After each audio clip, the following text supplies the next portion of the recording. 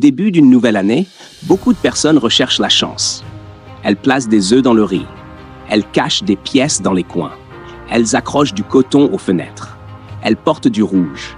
Elles choisissent des motifs à pois ou à carreaux. Certains rien de piso-piso ou de sala-salapi. Nous sourions parce que ces habitudes sont chaleureuses et familières. Elles apportent un sentiment de jeu et d'espoir. Elles nous rappellent la famille et les souvenirs. Il n'y a rien de mal à sourire au début de l'année. Mais je veux poser la question. D'où vient réellement la paix? La chance promise par des objets est fragile.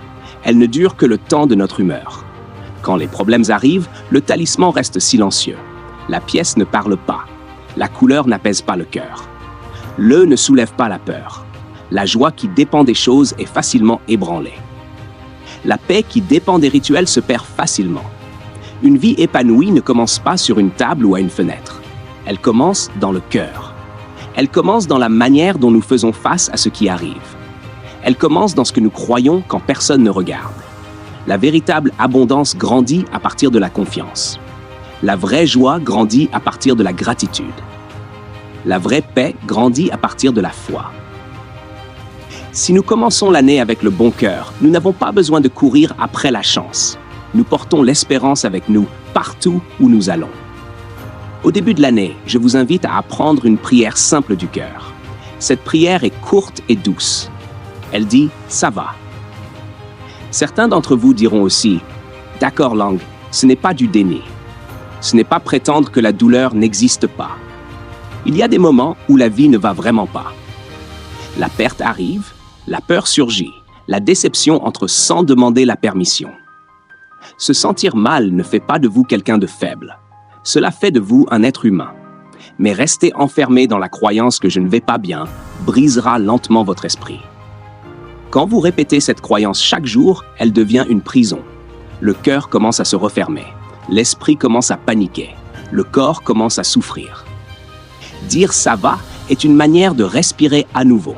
C'est une manière de faire une pause avant de réagir. C'est une manière de vous rappeler que ce moment ne définit pas toute votre vie. Le calme n'est pas l'absence de problème. Le calme est la décision de ne pas laisser les problèmes gouverner votre âme. Quand je dis « ça va », je n'excuse pas le mal. Je protège mon cœur du désespoir. Cette petite prière vous aide à tenir debout au lieu de vous effondrer. Elle vous aide à écouter au lieu de crier. Elle vous aide à choisir la sagesse plutôt que l'impulsion. Beaucoup de gens pensent que la foi signifie se sentir toujours fort. Ce n'est pas vrai. La foi signifie choisir la confiance, même lorsque la force est faible. Quand la tempête commence, la première chose à sauver est votre paix. Sans la paix, chaque problème paraît plus grand qu'il ne l'est. Avec la paix, même les fardeaux lourds peuvent être portés. C'est pourquoi je vous demande de pratiquer cette prière au début de l'année. Dites-la lentement. Dites-la honnêtement. Dites-la avec humilité. Maintenant, je veux amener cette prière dans des situations réelles de votre vie quotidienne. Certains d'entre vous sont blessés par des paroles dites derrière votre dos. Vous êtes jugé, vous êtes mal compris, vous êtes attaqué en ligne ou sur votre lieu de travail. Quand cela arrive, ne vous empoisonnez pas avec la colère. Ne rejouez pas l'insulte encore et encore. Dites « ça va ». Protégez votre cœur du stress qui peut détruire votre santé.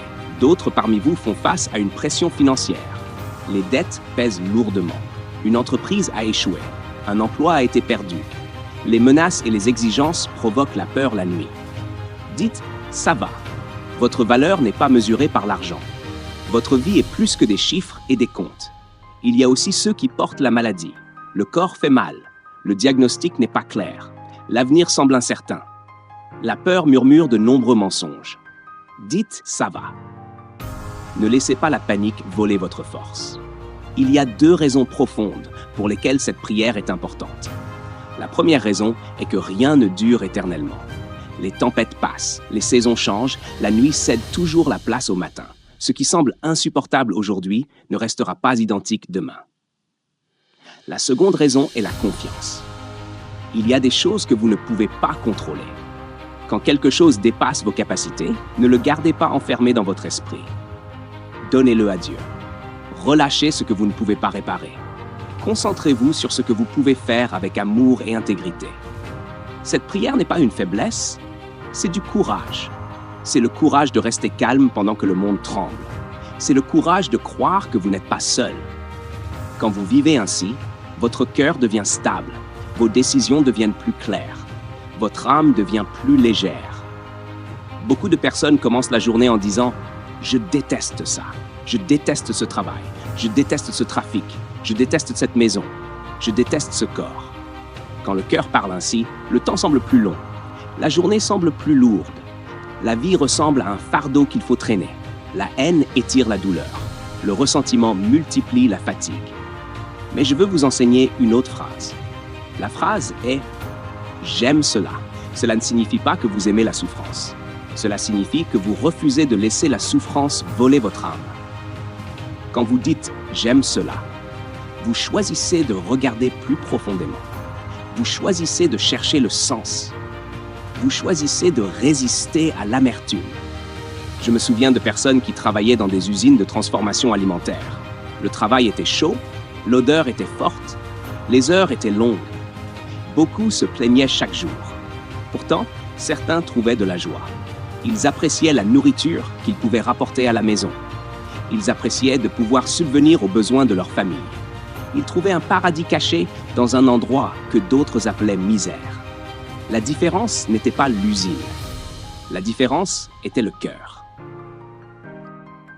Quand nous décidons de tout détester, nous devenons aveugles. Nous manquons les petits cadeaux silencieusement présents. Nous manquons l'amitié. Nous manquons la croissance. Nous manquons la gratitude. La vie ne devient pas plus facile quand nous nous plaignons. Elle devient plus difficile. Mais quand nous entraînons le cœur à dire « j'aime cela », nous changeons le poids du moment. Nous raccourcissons la douleur. Nous adoucissons la mémoire. Nous ouvrons un espace pour la grâce. Cette phrase n'est pas magique. C'est une discipline, c'est une pratique, c'est un choix quotidien. Quand vous commencez à l'utiliser, vous remarquerez un changement. La situation reste la même, mais votre monde intérieur devient plus libre. Je veux que vous regardiez l'exemple de Marie. Sa vie n'a pas été exempte de douleur. Elle a connu la peur, elle a connu la perte, elle a connu l'incompréhension. Pourtant, elle a gardé la joie vivante en elle. Elle méditait. Elle réfléchissait. Elle faisait confiance à Dieu même lorsque les réponses étaient cachées. Elle nous enseigne que la douleur et la joie peuvent coexister. Cette leçon est puissante pour vos relations. Dans le mariage, vous verrez des défauts. Dans la famille, vous ferez face à des blessures. Dans l'amitié, vous connaîtrez des déceptions. Si vous vous concentrez uniquement sur ce qui ne va pas, l'amour mourra lentement. Mais si vous cherchez ce qui est encore bon, l'amour peut respirer à nouveau. Cela ne signifie pas ignorer le mal. Cela signifie refuser de laisser la haine gouverner votre cœur. Il en va de même pour ceux que vous appelez des ennemis. Aucune personne n'est totalement mauvaise. La haine simplifie les gens en monstres. La vérité voit la complexité. Quand vous haïssez quelqu'un, vous le réduisez. Vous vous réduisez aussi vous-même. La haine ferme les yeux sur tout bien restant. Elle vous enchaîne au passé. Quand vous dites « j'aime cela », vous n'approuvez pas l'injustice. Vous choisissez la liberté. Vous choisissez de ne pas porter du poison dans votre âme. Chaque situation porte une lumière cachée. Parfois, c'est la patience. Parfois, c'est l'humilité. Parfois, c'est la sagesse apprise à travers la douleur. C'est le côté lumineux que beaucoup manquent. Ceux qui le cherchent deviennent plus forts. Ceux qui le refusent deviennent amers. Je vous invite à pratiquer cette manière de voir. Dites « j'aime cela » quand la vie est inconfortable. Dites-le quand l'attente est longue. Dites-le quand la croissance est lente. Vous ne ressentirez peut-être pas la joie immédiatement. Ce n'est pas grave. Dites-le quand même. Avec le temps, le cœur apprend. L'âme s'adoucit. Vous commencez à voir avec de nouveaux yeux et vous découvrez que même les lieux difficiles peuvent devenir une terre sainte. Il y a une troisième vérité que je veux que vous portiez chaque jour. La vérité est simple et forte. Dieu m'aime. Ce n'est pas un slogan, c'est un fondement. Beaucoup de personnes en doutent. Quand la vie devient dure, elles demandent où est Dieu quand la douleur arrive. Je vous dis ceci avec certitude. Si vous êtes en vie, Dieu vous aime. Le simple fait de respirer est un signe d'amour. Le fait que vous vous soyez réveillé aujourd'hui est un cadeau. Le fait que votre cœur batte encore est une miséricorde. Tant que vous vivez, il y a encore un chemin devant vous. Il y a encore une possibilité de grandir. Il y a encore une possibilité de changer. Il y a encore une possibilité d'aimer mieux. Certains d'entre vous se sentent ensevelis sous les problèmes. Vous vous sentez oublié. Vous vous sentez écrasé par l'âge, le regret ou l'échec. Souvenez-vous de la graine. Une graine doit être recouverte de terre pour pousser. L'obscurité n'est pas la fin de la graine. C'est le début de la transformation. La pression ne détruit pas toujours. Parfois, elle prépare. Parfois, Dieu permet que vous soyez caché afin que vous deveniez fort. Les racines grandissent dans le silence. La croissance commence souvent là où personne ne regarde. Ne confondez pas être enterré avec être abandonné. Ne confondez pas le retard avec le rejet. Dieu agit en profondeur avant d'agir visiblement. Quand vous croyez que Dieu vous aime, la peur perd son pouvoir. Quand vous croyez que Dieu vous aime, la honte commence à disparaître. Vous cessez de demander « Pourquoi moi ?» Vous commencez à demander « Qu'est-ce que je peux apprendre ?» Cette foi ne supprime pas instantanément la douleur. Elle donne un sens à la douleur. Elle donne une direction à la souffrance. Elle donne le courage de continuer. L'amour est la raison pour laquelle vous êtes encore ici. L'amour est la raison pour laquelle l'espérance reste possible. Pour vivre cette vérité, je vous propose 3 prières simples pour toute l'année. Ces prières ne sont pas longues. Elles sont destinées à la vie quotidienne. Elles sont destinées aux moments ordinaires. La première prière est « Merci Seigneur ». Dites-la même quand la vie est lourde. La gratitude change le cœur. Quand vous êtes fatigué, cela signifie que vous avez travaillé. Quand vous êtes malade, cela peut signifier que vous avez trop donné. Le corps parle pour vous rappeler de vous reposer. Remerciez Dieu pour ce que vous avez appris. Remerciez Dieu pour ce que vous avez traversé. La deuxième prière est « Seigneur, aie pitié ». Cette prière est l'honnêteté. Parfois, la douleur vient de nos propres choix. Nous travaillons trop. Nous négligeons la discipline. Nous ignorons la sagesse. Nous blessons les autres. Personne n'est sans faute. L'humilité ouvre la porte à la guérison. Demander la miséricorde n'est pas une faiblesse, c'est une liberté. La troisième prière est « Seigneur, enseigne-moi ». La bénédiction vient avec l'écoute. La foi grandit avec l'obéissance. Beaucoup de parents souffrent en voyant un enfant tomber dans l'addiction ou le jeu. L'amour seul ne suffit pas toujours. Une personne aveugle a besoin d'être guidée. Dieu enseigne ceux qui sont prêts à apprendre. Il conduit ceux qui sont prêts à suivre. Une année bénie ne vient pas de la chance. Elle vient de la marche avec Dieu. Elle vient de l'apprentissage de ses voies. Elle vient de la confiance en sa direction, même lorsqu'elle est difficile.